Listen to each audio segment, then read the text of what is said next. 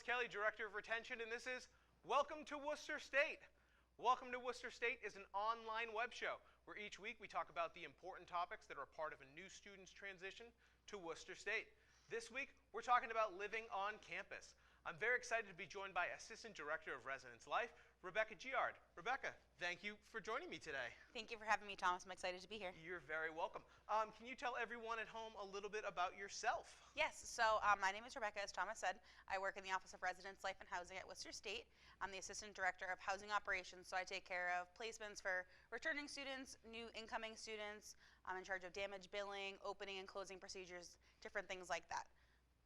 All right, so as you know, we have some pre-planned questions. So what is the next step for a resident student after they've paid their enrollment and their housing deposit? Yes, so new students will get an email from the Residence Life Office every week regarding what they need to do to live on campus. So that's going to include their license agreement, their first year questionnaire, their meal plan selection, about they're going to learn about FIRE, which is our first year residential experience, and they will also learn about their living options as well. Awesome. So what exactly is the license agreement and where can it be found? Yeah, so the license agreement is the student's agreement to live on campus for the academic year. In order to get housing, they have to sign this, and they can find it by going to their My Housing account, which is worcester.edu/myhousing, and they will log in using their Worcester State username and password. And it will be under the Applications tab on this page.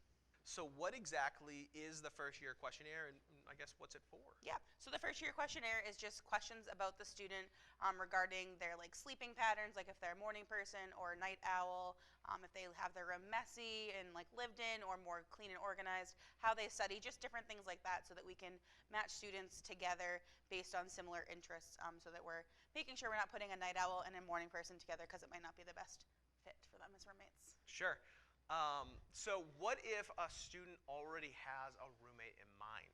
That is totally fine. We allow students to match with up to one other student, so a group of 2 is a max for first year incoming students, and they can do that through their My Housing account as well, and there will be a video on that on the email that they receive. Awesome. So after they've watched the video on how to match their roommates, when is that roommate matching actually due? Yeah, so roommate matching is going to be due on June 14th this year. It is a Friday. And also a quick note about roommate matching is if you request someone, they have to match back with you before you can be a match.